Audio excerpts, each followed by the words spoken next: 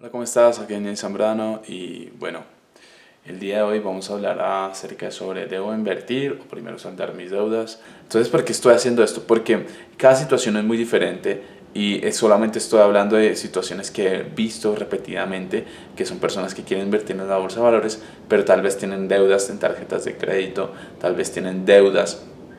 Espérate que va a pasar un avión.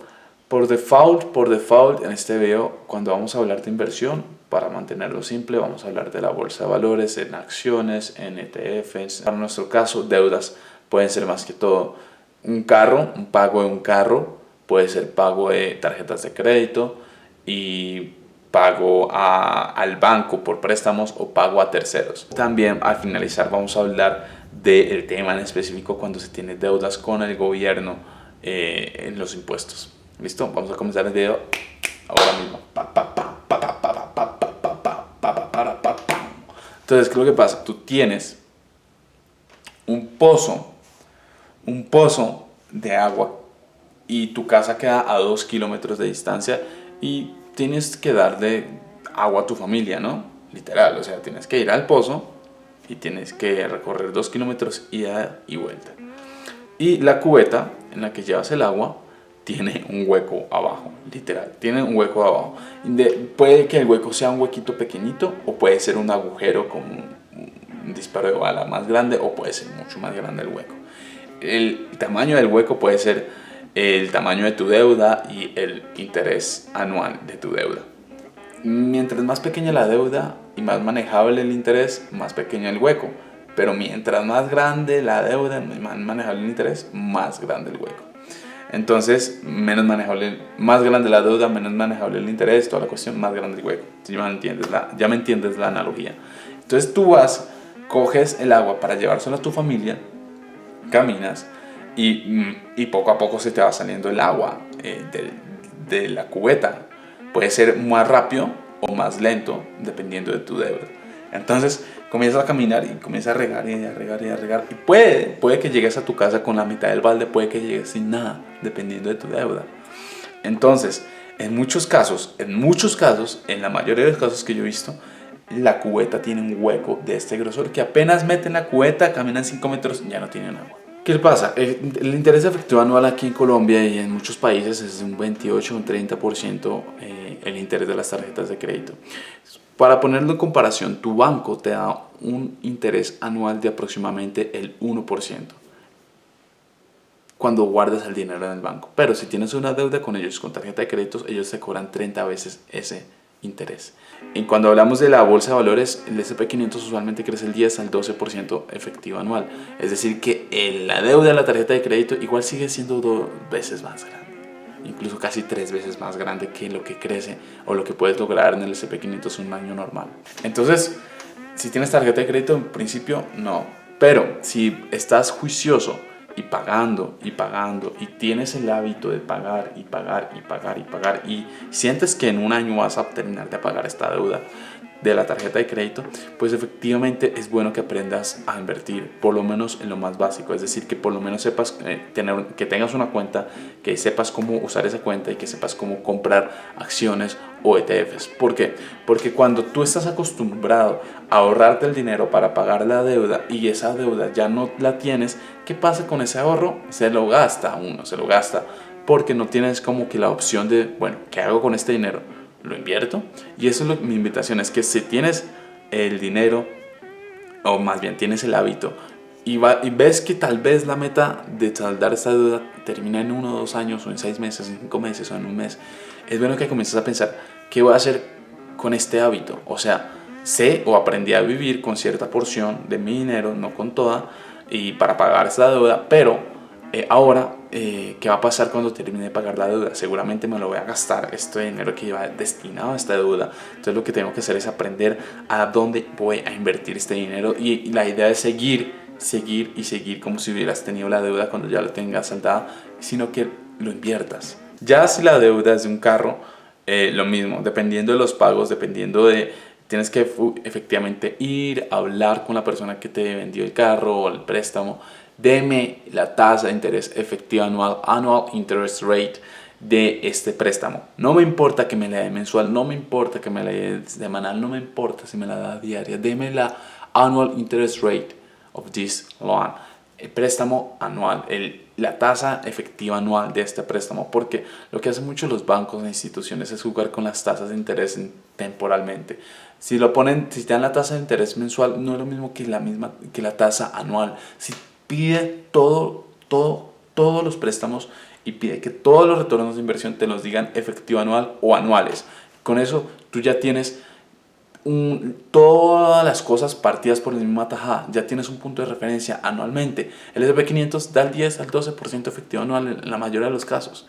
Entonces, lo importante es que tus deudas sepas cuál es la tasa de interés efectiva anual para que puedas comparar cuál es la más grande y cuál es la más pequeña y tengas un punto de vista o sepas más en dónde estás parado. Porque si estás, por ejemplo, en un carro que te cobran un 12% efectivo anual, pues sí, bien, pero igual sigue siendo más caro que, o sea, si el crecimiento de la deuda es más alto que el mismo S&P 500, un 3% más.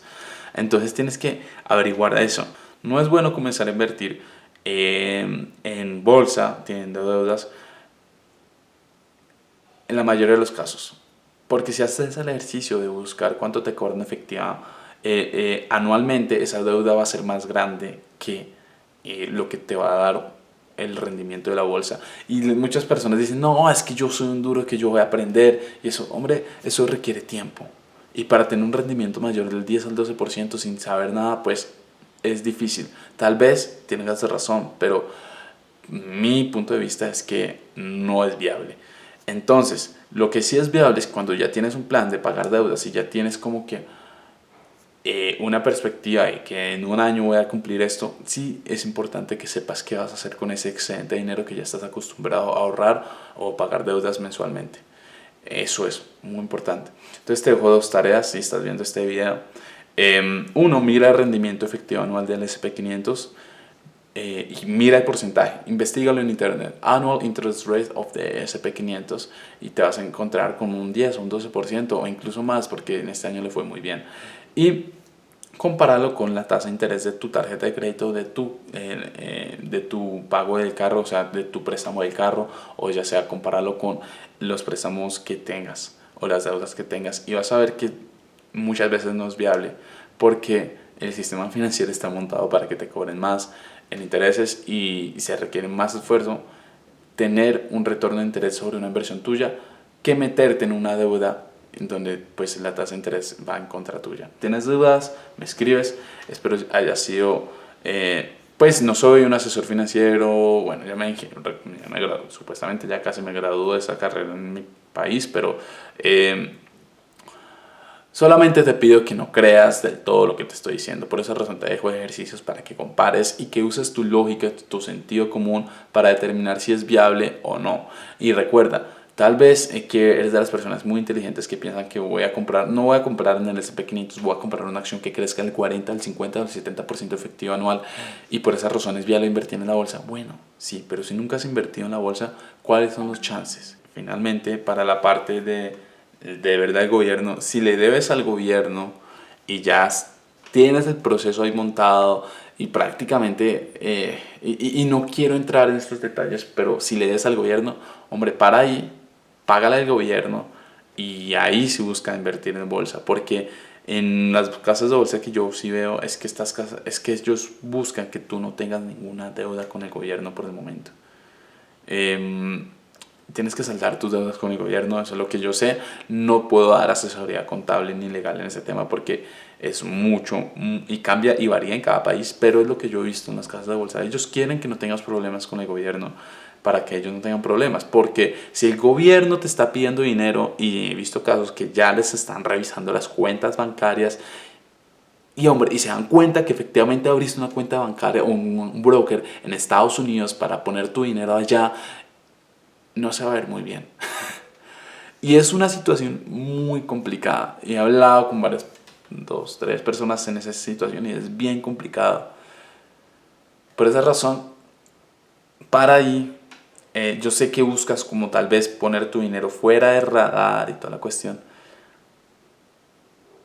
Pero para hacerlo, pues no te sugiero ver un video de YouTube tan tan así abierto al público, o sea, porque es un tema bien complejo lograrlo, y incluso no es ético o moral, entonces no puedo hablar de eso acá, ni sé cómo hacerlo. Entonces, en mi perspectiva es, bueno, págale al gobierno. Y si no, pues hay muchas maneras. O sea, el gobierno no es que esté de parte del gobierno. El gobierno te cobra impuestos a pesar de que te enfermes o no piensa en ti a pesar de tu mala suerte. El gobierno es así. Y tal vez no es el mejor gobierno, pero es lo que yo sé, ¿no? Y sí, estoy, no apoyo al gobierno muchas veces, no, muchas veces menos que en Colombia, pero es lo que yo sé en la parte de los impuestos. Por lo menos intenta pagarlos antes, y si no los quieres hacer, asesórate muy bien legalmente, y no mires, por ejemplo, este video de YouTube que no te va a aportar absolutamente nada si quieres hacer eso. Espero te haya gustado, like, subscribe y nos vemos a la próxima.